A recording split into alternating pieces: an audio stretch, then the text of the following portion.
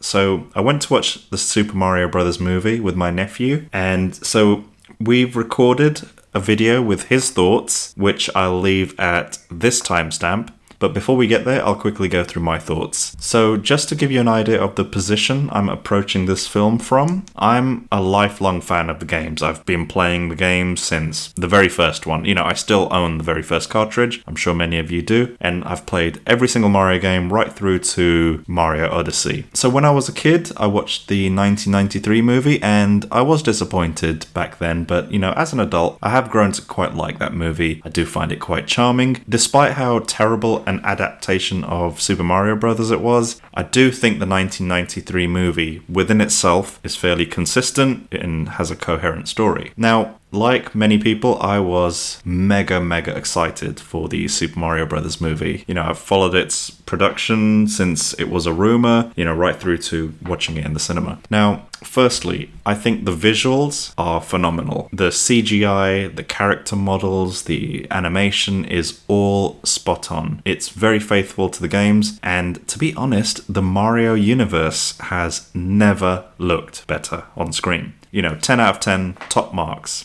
for the visuals of the world building. Secondly, despite my reservations, I actually thought Chris Pratt did a fantastic job as Mario, and for that matter, I think all the cast did very well. I particularly enjoyed the chemistry between Pratt and Charlie Day, who played Mario and Luigi, and I thought every character, you know, was perfectly cast. Princess Peach and Toad and everybody else. I think my standout favorites have to be Bowser, played by Jack Black, and Donkey Kong, played by Seth Rogen, and Cranky Kong, actually. I think he was probably my favorite character. But yeah, generally, on the whole, honestly, I thought everybody did great. Now, my first criticism of this movie is the soundtrack. While I admire that they tried to squeeze in a reference to every single Mario theme tune ever made, personally I thought that hurt the movie. With a good movie, there are a few themes, you know, in terms of music that run through the entire movie, which reflect the emotions of the characters. You know, the themes would rise and fall and rise again, you know, alongside the characters and their journeys. And you'll get little hints of a musical motif here, which would later in the movie, you know, crescendo into something much larger. And I think music for a movie is just as important as the visuals. In this movie, they seemed far more concerned with squeezing in music from every level of the game rather than trying to make music that served an emotional purpose. You know, I don't mind references and Easter eggs, but the soundtrack in this movie is grossly mismanaged. Brian Tyler is a good composer. He's done loads of good movies. He's done a lot of good work in many movies, but in the Super Mario Brothers movie, I feel like he's massively dropped the ball. Every Super Mario game has a musical theme or a motif that runs throughout the campaign of the game. The movie here doesn't have a musical identity of its own, and personally, I think that's a massive oversight.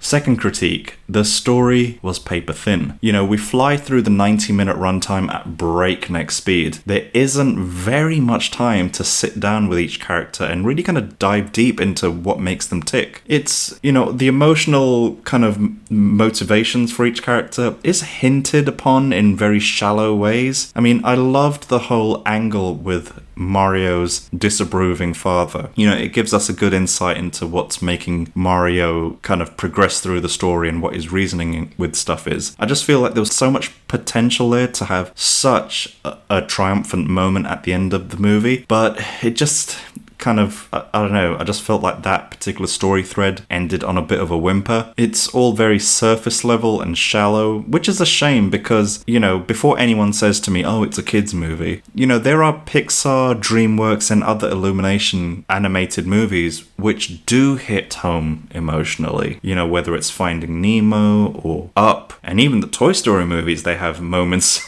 which, you know, make you tear up. I just feel like with Mario, just everything is very surface level and shallow, and they seem to prioritize Easter eggs and references, over the actual stories. And third critique, which I feel is more of a missed opportunity, and this is something I thought they were going to do with this movie, but they didn't. So Illumination made the Minions characters so iconic. I don't know a huge amount about the Minions movies, but I'm so aware of the characters, like in pop culture. Like I've seen their toys and, the small kind of short clips on YouTube.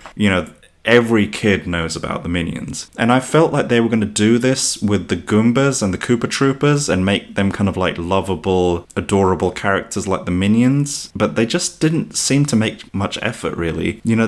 All the Goombas and Koopa Troopers and even the Toads, they were kind of background characters. I think the only characters other than Bowser, from the villain side that were kind of memorable were Kamek, the wizard character, and the blue shell Koopa Trooper. I just felt like all the others just kind of faded into the background. I did like the skeleton Koopa Troopers, but other than that, not a huge amount was made out of them, and I was a bit disappointed. Maybe in the sequel they'll have more of a chance to shine. Or maybe like the Minions, they need their own separate movie. My fourth critique, and I'll keep this my final one. I personally loved how when we went to the Kong Kingdom, there were millions and millions of different Kongs in all sorts of shapes and sizes. It kind of shows a diversity in that world, and it kind of made the world a bit more, real. Like when you're at the Kong arena, you see a moment where you see Diddy Kong, and I think you saw Funky Kong and a few of the others. I might be wrong about Funky, but there was another one I remember from Donkey Kong 64. I think it was the strong one. I've forgotten his name. But I wish this variety kind of followed through into the Koopa Troopers and the Toad Kingdoms. Like, it would have been great to see Koopa Troopers and Toads of different shapes and sizes also, because this is something you never get to see in the games. And I just feel like that would have made the world feel a bit more real and just a bit more variety, a bit more diversity. It would have been awesome just to see, something more than just copy and paste character models that were just palette swaps of each other. Maybe something like giving the Toads different costumes or different faces at least, if you couldn't change the character models. I thought maybe something like that would have been nice, but from my memory, I can only remember Captain Toad from the Toads, and I can remember this one Toad who's like an old man. I think he must have been one of the generals or leaders or something, I forget. But everyone else just kind of faded into, the sameness, just into the background. I mean, even with the Lego movie, despite the fact that all the Lego characters are the same model, they gave all the Lego characters different faces or clothes or hair, to make them feel like they're, contributing members to that Lego world. But yeah, missed opportunity there. Okay, so as a movie lover, there was a lot to pick apart in this movie. I've got a lot more criticisms that I probably just, won't mention now. I'll hold back on that. If you're not familiar with the Mario lore and legacy, you might get a little lost or a little confused along the way, and you might see some plot holes. But, as a fan of the Mario franchise, I must admit, despite all the flaws of this movie, my heart was smiling all the way through, and I just couldn't believe that I was actually watching a Mario movie. I honestly thought it would never happen in my lifetime, but I think for what it is, they did a good job. I do think that there was too much squeezed into the short runtime, like the Mario Kart stuff, the Smash Brothers bit at the Kong Arena, Luigi's Mansion. All these kind of elements are probably enough for their own individual movies. I just think with this movie, with Super Mario Brothers, they could have taken some of that out. Sometimes less is more. I think that would apply to this movie. And, that freed up time would have allowed for a bit more character development. Now, on the flip side of that, there were some additions into the movie that I did love.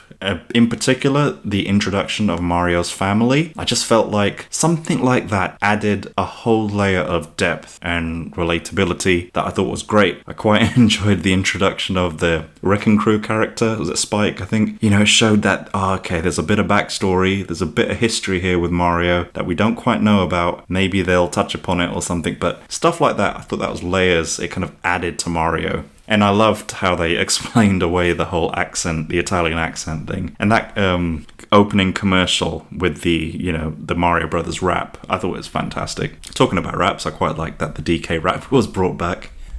I don't care what anyone says about Donkey Kong 64, I think it's a great game. One defense I keep hearing time and time again, it's a kid's movie. I don't personally think that's a valid excuse at all. As I said before, there are many kids' movies that appeal to people of all ages with great success, like Finding Nemo, the Toy Story movies, Shrek. If you keep watching this video, you're going to hear my 10-year-old nephew's opinion on the movie. And I promise you, I did not influence any of his answers. They're all his own. I didn't tell him what to say, what not to say. He's his own man. You know, he's 10 years old. He's got his own opinions. Listen to what he thinks and see what you think. Anyway, it's taken 30 years to get Mario back on course cinematically. And despite my criticisms of the movie, I'd say they're about... they got about 70% right, and that's 70% that I love. Hopefully with Mario 2, they put more focus on character and story, rather than just trying to squeeze in a million more Easter eggs. Welcome to Retro Crisis. In today's episode, I've got my nephew here with me, and we went to watch the new Super Mario Brothers movie in the cinema. Yep, and it's my birthday today. Oh, yeah? Yeah. It's your birthday, yeah. That's why we went to watch the movie, that's right, yeah. So, for anyone that hasn't seen the movie, what was the story? Mario and Luigi accidentally went down this pipe. Luigi went to a dark land, so Mario's at this good land, and he goes to the princess, Peach, and then she helps him basically get back Luigi, and Bowser wants to marry Princess Peach, so Peach, she acts like she's gonna marry him, but then she attacks, and Luigi, he's locked up in a cell, about to be thrown into lava, so Mario has to save him. Mario meets Donkey Kong, fights him. It's like loads of games combined together, like Mario Kart, 3D World. Mm-hmm. It's basically like a Mario game, but turned into a movie. Yes, that's right. So what did you think of the story?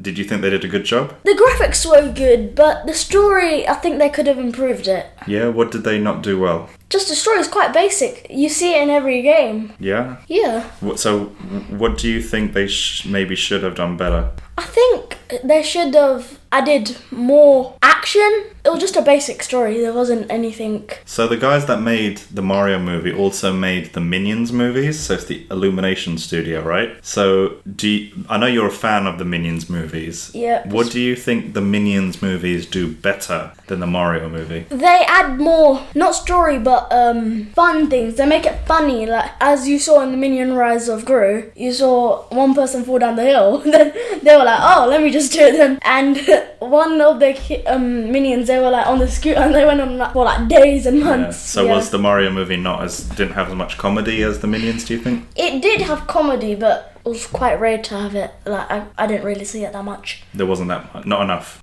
No, like we saw little kids behind us, like, and they thought it was gonna be quite funny. Yeah. Yeah. And they weren't laughing. Yeah, they were just like, "Oh, it's Mario." Yeah. There were loads of people in the cinema, but nobody was really laughing. Because I remember when we went to watch Minions Rise of Gru, loads of people were laughing. Everyone in the cinema was laughing out loud. That's right. Yeah. Okay. All right. So the movie has lots of characters from the video game, right? So let's go through them one by one. What were your thoughts on how they portrayed Super Mario? I liked how they done like the voices thing. I thought this was going to be a really good movie, but it's alright. It's not good what I thought it was going to be. Yeah. What did you think of Luigi in the film? The only part I liked of him was when he screamed when Bowser ripped off his moustache. Oh, right.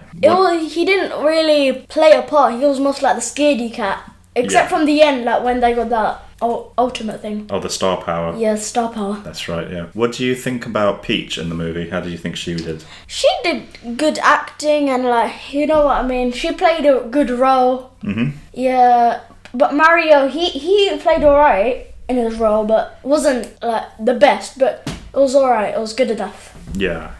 How do you feel about Donkey Kong in the film? Donkey Kong, he was funny when, remember the war was happening like between him and Mario, the fight, yeah. Yeah, the Kong arena, something like that. Yeah. And he was like, "Hey, Dad." Yeah, he was like the comedy character. Yeah. Yeah. What about Captain Toad?